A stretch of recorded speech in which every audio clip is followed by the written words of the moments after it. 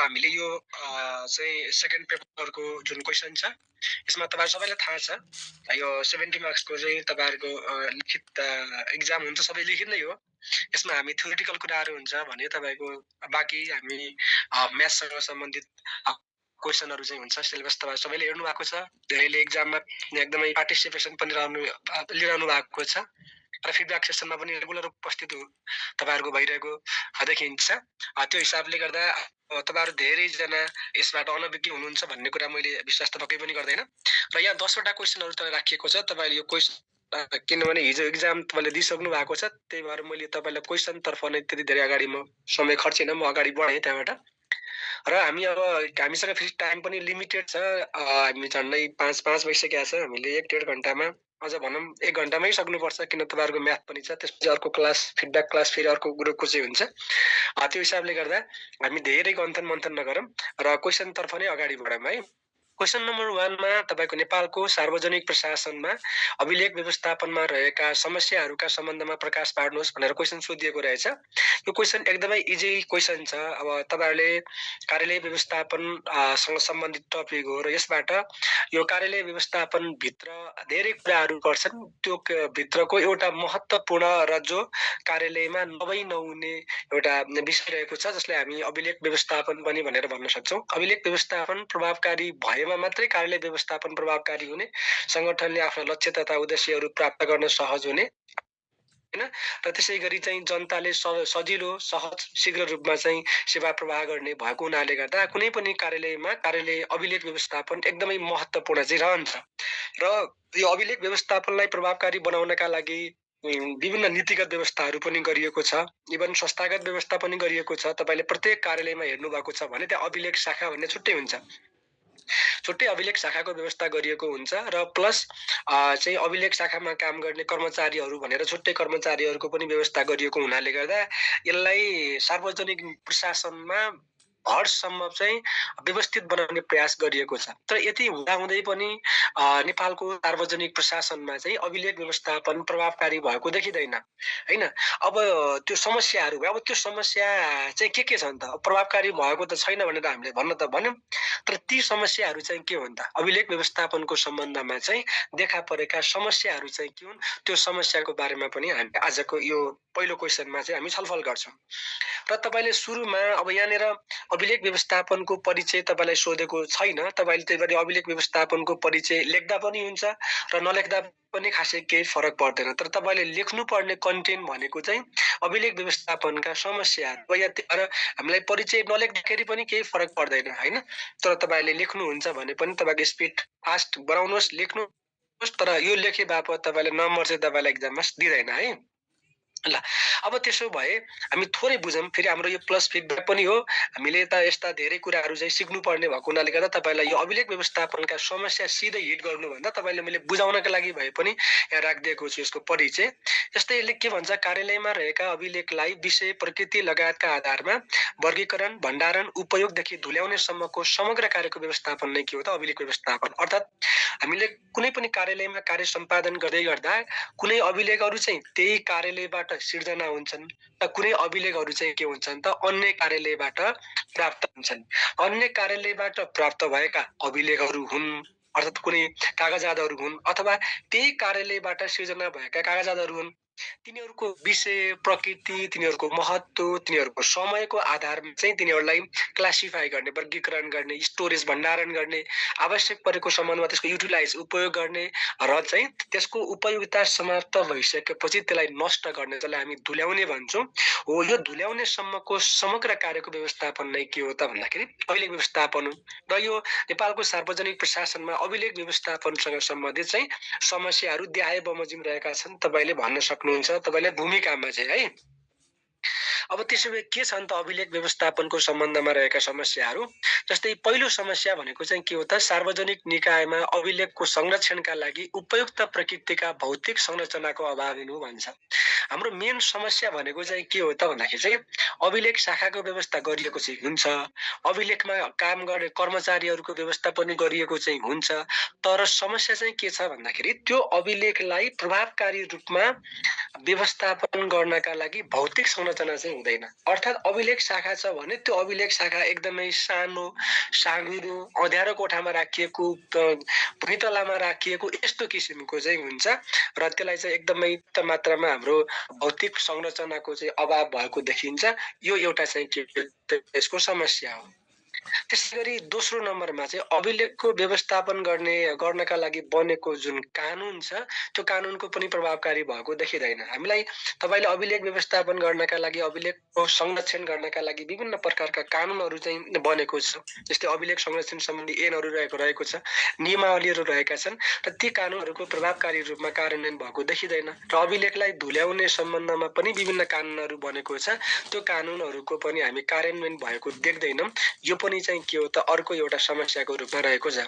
त्यसैगरी अभिलेख शाखामा कार्यरत कर्मचारीलाई तालिम र प्रशिक्षण नहुँदा चाहिँ कार्य सम्पादन नतिजामूलक भएको देखिँदैन। अब अभिलेख व्यवस्थापन तपाईँलाई अघि पनि मैले भनिसकेको छु, अभिलेख व्यवस्थापनमा चाहिँ काम गर्ने कर्मचारीहरूलाई कस्तो कर्मचारी राखिन्छ त भन्दाखेरि चाहिँ जो एकदमै कम अनुभव भएको छ हैन, जसको अन्यत्र चाहिँ फाँटमा जाने उसको चाहिँ पहुँच चाहिँ हुँदैन हैन।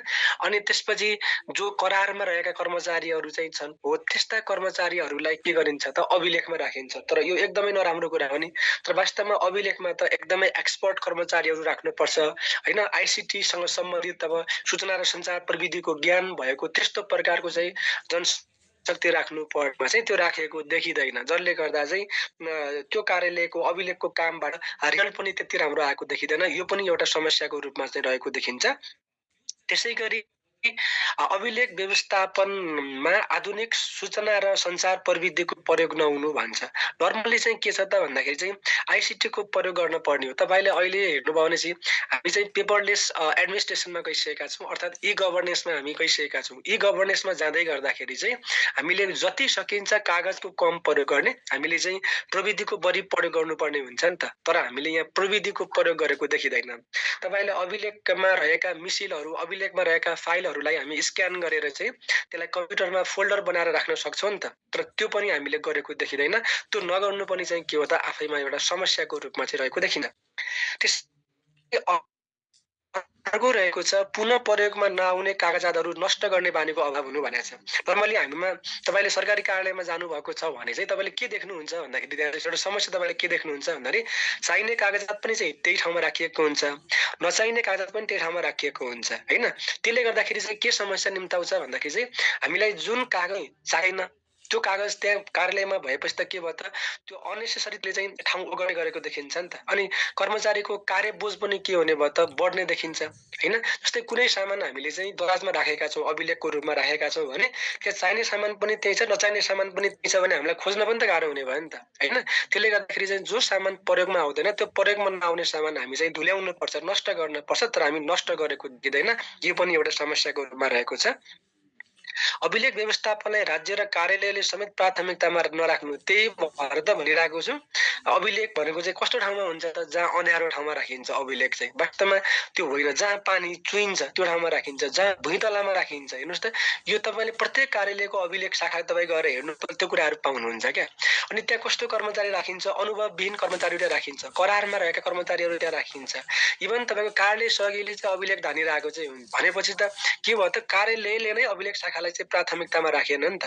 जब कार्यालयले नै अभिलेख शाखालाई प्राथमिकतामा राख्दैन भने तब अभिलेख व्यवस्थापनमा चाहिँ समस्याहरू पर्याप्त मात्रामा देखिन्छन् भन्न खोजेको।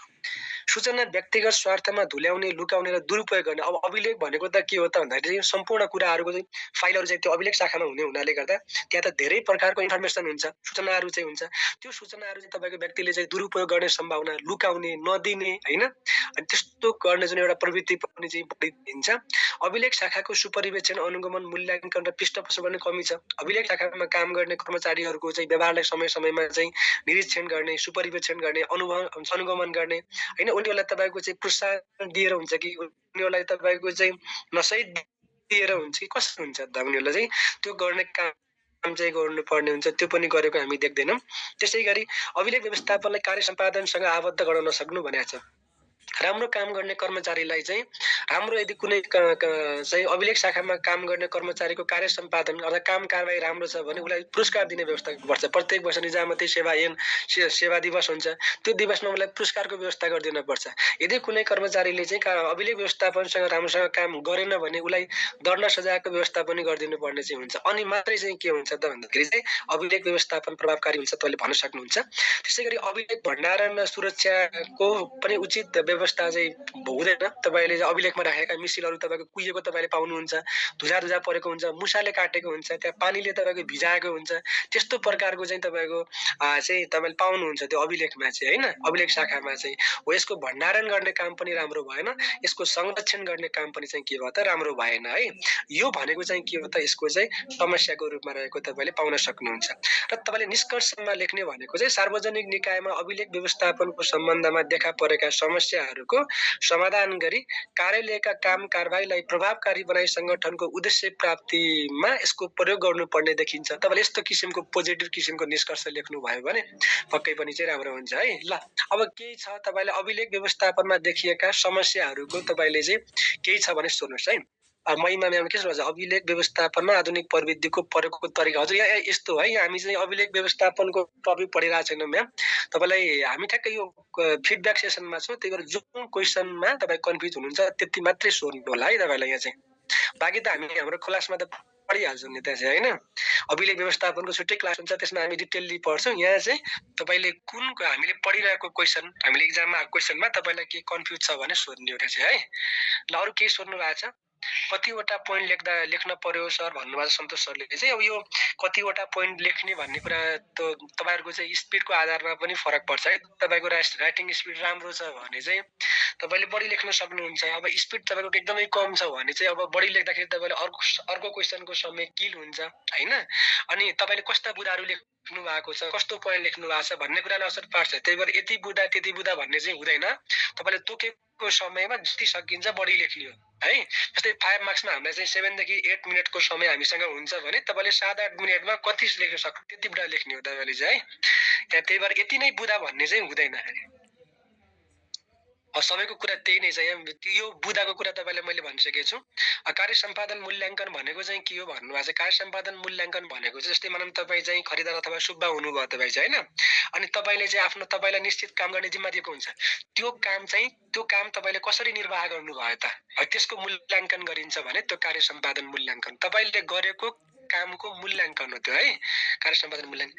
यो पोइन्टहरू नसुन्नु न हजुर, यस्तो लोकसेवा तयारी गर्ने मान्छेले कतिवटा पोइन्ट भन्न सक्नुहुन्छ र त्यसो सोध्ने हो र? यो त मैले भनिसकेको पनि छु। पोइन्टको कुरा तपाईँ गर्ने होइन यहाँ चाहिँ। यहाँ के गर्ने त, तोकेको समयमा तपाईँले कतिवटा बुदा लेख्नुपर्छ त्यति नै लेख्ने हो यसको चाहिँ है। 7 मिनटमा जति सकिन्छ लेख्न त्यति नै लेख्ने। एकदम हो, ठ्याक्कै भन्नुभएको छैन हाम्रो एकान्त म्यामले चाहिँ। तपाईँले तोकेको समयमा कतिवटा बुदा लेख्नुहुन्छ त्यही नै हो। प्रक्रिया त सबै सोध्छ नि हजुर। यहाँ त अभिलेख व्यवस्थापनका समस्या सोध्ला, प्रक्रिया सोध्छ, महत्त्व सोध्छ, यसको परिचय सोध्छ, यसमा रहेका चाहिँ अझै कानुनी व्यवस्थाहरू सोध्छ। अब त्यो सबै कुरा त यहाँ फिडब्याकमा सम्भव हुँदैन नि हजुर। यहाँ त हामीले चाहिँ सोधेको क्वेसनको मात्रै गर्ने, यहाँ चाहिँ क्वेसनको मात्रै है। ल अब अर्कोमा जाऊँ हामी चाहिँ दोस्रो क्वेसनमा जाऊँ हामी। सार्वजनिक निकायमा फाइलिङको वर्तमान अवस्था भनेर सोधेको छ। अब तपाईँले अवस्था सोध्यो भने के लेख्ने पर्यो यसरी बुझ्नुहोस् है तपाईँले चाहिँ। ल ठिकै छ, अगाडि बढौँ, हुन्छ ठिक छ। ल भन्नुभएको छ। ल फाइलिङको अब वर्तमान अवस्था हेरौँ हामी है। तपाईँलाई यो अवस्था भन्यो भने तपाईँले के बुझ्नु होला भन्दाखेरि चाहिँ यसको पोजिटिभ कुरा चाहिँ के हो, यसको नेगेटिभ कुरा चाहिँ के लेख्नुपर्छ तपाईँले यहाँनिर बुझ्नुपर्ने है। तपाईँलाई अवस्था सोध्यो भने के लेख्ने, पोजिटिभ कुरा चाहिँ के हो, नेगेटिभ कुरा चाहिँ के हो। किनभने अवस्था भन्ने त्यो सबै कुरा त राम्रो त हुँदैन, केही कुरा नराम्रो पनि हुन्छ होइन। तपाईँलाई व्यवस्था सोध्यो भने के लेख्ने हो त, कानुनी व्यवस्था, संस्थागत व्यवस्था, कार्यक्रमगत व्यवस्था लेख्ने हो तपाईँलाई व्यवस्था सोध्यो भने। र अवस्था सोध्यो भने हामीले के लेख्ने हो त भन्दाखेरि चाहिँ पोजिटिभ अवस्था चाहिँ के छ र नेगेटिभ अवस्था चाहिँ के छ, त्यो दुईटा कुरा चाहिँ लेख्नुपर्ने चाहिँ हुन्छ। अब यहाँ हामीलाई क्वेसनले के भनेको छ त भन्दाखेरि फाइलिङ सम्बन्धी वर्तमान अवस्था चाहिँ के छ भन्दाखेरि हामीले केही पोजिटिभ कुरा लेख्ने र केही नेगेटिभ कुरा लेख्ने। जस्तो इक्जाम्पलमा हेर्नुहोस् त यहाँ चाहिँ सार्वजनिक निकायमा फाइलिङ सम्बन्धी रहेका सकारात्मक अवस्था दिए बमोजिम चाहिँ छ। अब पोजिटिभ कुरा के छ त, फाइलिङलाई व्यवस्थित बनाउन निर्माण गरिएका कानुनको प्रभावकारी कार्यान्वयन गरिएको छ। फाइलिङ सम्बन्धी जुन हाम्रा ऐनहरू बनेका छन् नीतिहरू बनेका छन् हैन, कार्यविधिहरू बनेका छन्। ती कार्यविधिहरूको चाहिँ के छ त प्रभावकारी कार्यान्वयन भएको छ र सोही बमोजिम चाहिँ फाइलिङ गर्ने काम चाहिँ भएको छ। यो पहिलो पोजिटिभ यसको इम्प्याक्ट हो, त पोजिटिभ यसको चाहिँ अवस्था हो यो भनेको है। त्यस्तै गरी फाइलिङलाई विषय, महत्त्व, प्रकृति र समयका आधारमा वर्गीकरण गरेको छ। तपाईले फाइलिङका विधिहरू तपाईले पढ्नुहुन्छ हैन। हामीले चाहिँ पढेका पनि थियौं, तपाईले अनलाइन क्लासमा हेर्नु भएको थियो भने चाहिँ। अनि यहाँ फाइलिङको विधि हुन्छ विषयको आधारमा चाहिँ हैन। जस्तै कुन कुन विषयको आधारमा हो त, जस्तै मानौँ चिठीको छुट्टै चिठीहरूको निवेदनहरू हैन, त्यसपछि बिलहरू चाहिँ रसिदहरू चाहिँ भए यिनीहरूको यो विषय हो यो भने विषय अथवा प्रकृति, प्रकृतिको आधारमा चाहिँ के हुन्छ त फरक फरक चाहिँ हुन्छ। कहिलेकाहीँ हामी समयको आधारमा पनि फाइलिङ राख्छौँ, कहिलेकाहीँ हामी भूगोलको क्षेत्रको आधारमा पनि हामी फाइलिङ राख्छौँ। जस्तै मानौँ चाहिँ हैन कोशी प्रदेशसँग सम्बन्धित छुट्टै फाइलिङ गर्न सक्छौँ यदि केन्द्रीय कार्यालय हो भने चाहिँ हैन। अनि तपाईको चाहिँ मध्य प्रदेश सम्बन्धी छुट्टै गर्न सक्छौँ, हिमालका जिल्लाहरूको चाहिँ छुट्टै फाइलिङ हुन सक्छ हैन। त्यो भन्न खोजेको यसले चाहिँ हैन। यो पनि गरिएको देखिन्छ। सार्वजनिक निकायमा फाइलिङ गर्दा आधुनिक प्रविधिको प्रयोग गर्ने गरेको छ, मोडर्न टेक्नोलोजीहरू प्रयोग गरेको छ। हामीले कम्प्युटर जन्य प्रविधिको प्रयोग मार्फत चाहिँ हामीले फाइलिङ गर्ने गरेका छौँ। 360 डिग्री चाहिँ जुन विधि रहेको छ त्यो विधिको आधारमा हामीले फाइलिङ गर्ने प्रविधिको प्रयोग गरेका छौँ भनेपछि त यसको यो पनि पोजिटिभ इम्प्याक्ट चाहिँ भयो। फाइलिङमा कार्यरत कर्मचारीलाई समय समयमा तालिम र प्रशिक्षण दिने व्यवस्थाहरू गरेका छौँ र फाइलिङलाई कर्मचारीको कार्य सम्पादनसँग चाहिँ आबद्ध गर्ने व्यवस्था पनि गरेको देखिन्छ। यो भनेको चाहिँ फाइलिङ सम्बन्धी पोजिटिभ इम्प्याक्ट चाहिँ भयो। अब सबै कुरा, अब सबै अवस्था त पोजिटिभ त छैन, पक्कै पनि केही नेगेटिभ अवस्थाहरू पनि छन्। अब त्यसो भए त्यो नेगेटिभ अवस्था चाहिँ के हो त हैन। जस्तै यसले के भन्छ, फाइलिङलाई प्रभावकारी बनाउन विभिन्न व्यवस्था गरिए तापनि केही नकारात्मक अवस्था समेत रहेका छन्, जसलाई देहाय बमोजिम सकिन्छ। अब माथि के भयो त पोजिटिभ कुराहरू भए, तर यति हुँदा हुँदै पनि फाइलिङमा केही नेगेटिभ कुराहरू पनि छन्, नकारात्मक अवस्था पनि छ। जस्तै त्यो के हो त भन्दाखेरि कार्यालयमा रहेका कागजातलाई फाइलिङ गर्नका लागि एक्सपर्ट मेन पावर छैन अहिले पनि चाहिँ हैन। हामी त्यही खरदार सुब्बा हो हामीले फाइलिङ गर्ने भनेको चाहिँ, तर अब 30 खरदार सुब्बा सबै चाहिँ एक्सपर्ट छैन, सबै चाहिँ फाइलिङकै लागि भनेर एक्सपर्ट नहुन पनि सक्छ हैन। त्यो एक्सपर्ट मेन पावर छ भने पनि देशका सम्पूर्ण कार्यालयमा फाइलिङ गर्नका लागि एक्सपर्ट मेन पावरको अभाव हुन सक्छ हैन। यो एउटा अर्को नेगेटिभ अवस्था हो। फाइलिङलाई कार्यालयले प्राथमिकतामा साथ राखेको पनि देखिँदैन। कार्यालयमा प्राप्त कागजातहरूको सङ्कलन गरिसकेपछि त्यो फाइलिङलाई चाहिँ त्यसको विषय, प्रकृति, महत्त्वको आधारमा वर्गीकरण गर्नुपर्नेमा त्यसको प्रभावकारी कार्यान्वयन भएको चाहिँ देखिँदैन। सरकारी कार्यालयमा कम्प्युटराइज तरिकाले फाइलिङ नगरिएको छैन। अझै पनि तपाईँ हेर्नुहुन्छ भने 99% कार्यालयमा चाहिँ कम्प्युटराइज माध्यमबाट फाइलिङ गर्ने सिस्टमको विकास भएको अझै पनि देखिँदैन हैन। फाइलिङलाई व्यवस्थापन गर्न पर्याप्त ठाउँको अभाव हुनु, दराजदेखि लिएर चाहिँ तपाईँको चाहिँ इभन चाहिँ कोठाको नै अभाव हुनु हैन। हामी चाहिँ अझै पनि कतिपय सरकारी कार्यालयहरू भाडाको घरमा बसेर काम गरिरहनु पर्ने अवस्था आइरहेको छ, त्यो अभाव भएको देखिन्छ। फाइलिङ अव्यवस्थित हुँदा गरिने जुन दण्ड सजाय पनि प्रभावकारी चाहिँ भएको देखिँदैन। यो भनेको चाहिँ के हो त, यसको नेगेटिभ अवस्था हो। तपाईले निष्कर्षमा चाहिँ कार्यालयमा रहेका कागजातको संरक्षण र सम्वर्धन गर्न तथा कार्यालयको कार्य सम्पादनलाई शीघ्र र जनमैत्री बनाउन फाइलिङलाई प्रभावकारी बनाउनु पर्ने देखिन्छ। यस्तो किसिमको तपाईले निष्कर्ष लेख्नुपर्ने चाहिँ हुन्छ फेरि चाहिँ है। ल केही छ क्वेशन नम्बर 2 मा तपाईलाई केही क्वेशन छ भने सोध्नुस् है। क्वेशन नम्बर 2 मा केही छ भने सोध्नुस्। सर कपी चेक गर्ने हजुर नै होइसिन्छ कि भन्नु भएको छ। यो मैले कपी चेक चाहिँ गरेको छैन हेर्नुस् है। यो फेरि टाइम पनि अलिक थोरै नभए, टाइम अलिकति नभएर गरेको चाहिँ छैन। अरू सरहरूले गर्नुहुन्छ कपी चेक चाहिँ। साउन्ड राम्रो आएन सर भन्नु, यहाँ त साउन्ड सबैमा हो कि हाम्रो अमृत सरलाई मात्रै हो? एकपल्ट कमेन्ट गर्नुहोस् त। स्लाइड ब्याक गर्नु न सर भन्नुभएको छ। किन र ब्याक किन गर्नु पर्यो हजुर? ब्याक भन्नु हो कि माथि स्क्रोल गर्नु भन्नुभयो होला, ठिकै छ। ल ठिकै छ, एकछिन माथि देखाइदिनुहोस् भन्नुभएको छ। साउन्ड आइरहेछ भन्नुभएको छ। ल ठिक छ, सबैले आएको छ, ठिक छ भन्नुभएको छ है। ल राम्रो छ साउन्ड भन्नुहोस्, ठिक छ। ल ठिक छ ल है, म त्यसो भए अगाडि बढेँ। ल क्वेशन नम्बर 2 सम्म तपाईलाई केही छैन, एकछिन माथि देखाउनु भन्नुभएको थियो। ल माथि एकपल्ट हेर्नुहोस् त, कसले हेर्न खोज्नु भएको। ल एकछिन हेर्नु न, यो फेरि अन्त्यमा हेर्दाखेरि पनि हुन्छ। तपाईँले यो नोट नै पाउनुहुन्छ, तपाईँले यो पुरै फिडब्याक नै पाउनुहुन्छ। त्यही भएर टेन्सन नलिनुहोस्, पिडिएफमै आउँछ तपाईँहरूको। ल यसरी हेर्नुहोस् है। ल अब हामी क्वेशन नम्बर 3 मा जाउँ। नेपालमा जनसम्पर्क व्यवस्थापनको सम्बन्धमा गरिएका प्रमुख कानुनी व्यवस्थाहरू भनेर भनेको छ। जनसम्पर्क व्यवस्थापनको सम्बन्धमा अब भएका कानुनी व्यवस्थाहरू चाहिँ के हुन् त? कन्क्लुजन के को आधारमा लेख्ने होला भन्नुभएको छ। ठिक छ ल, म यो बुझाउँछु तपाईलाई। पिडिएफ पनि आउँछ। ल पिडिएफ सबले पाउनुहुन्छ है। फिजिकल एक्जाममा कति मार्क्स आएपछि पढाइ पुगेको मानिन्छ, पढाइ पुगेको यति मार्क्स भन्ने त हुँदैन नि हजुर। तपाईँले चाहिँ 50 को हाराहारीमा ल्याउनु भयो, 50-55 ल्याउनु भयो भने तपाईँको नाम चाहिँ निस्किन्छ फेरि है। यसमा डाटा र मिल्छ कि क्वेसनमा भन्नुभएको छ। होइन अवस्थामा डाटा नै लेख्नुपर्छ भन्ने छैन। अब हाम्रो तपाईँको चाहिँ के हुन्छ भन्दाखेरि यो चाहिँ अभिलेख फाइलिङको सम्बन्धमा त के डाटा हुन्छ र तपाईँले के भन्न सक्नुहुन्छ? नेपालमा चाहिँ यसरी फाइलिङ यतिवटा सङ्ख्यामा फाइलिङ भएको छ भन्न मिल्छ र मिल्दैन नि। त्यही भएर डाटा लेख्ने हो भने टक्क भाषामा लेख्नुहोस्, केही फरक पर्दैन यसमा चाहिँ है।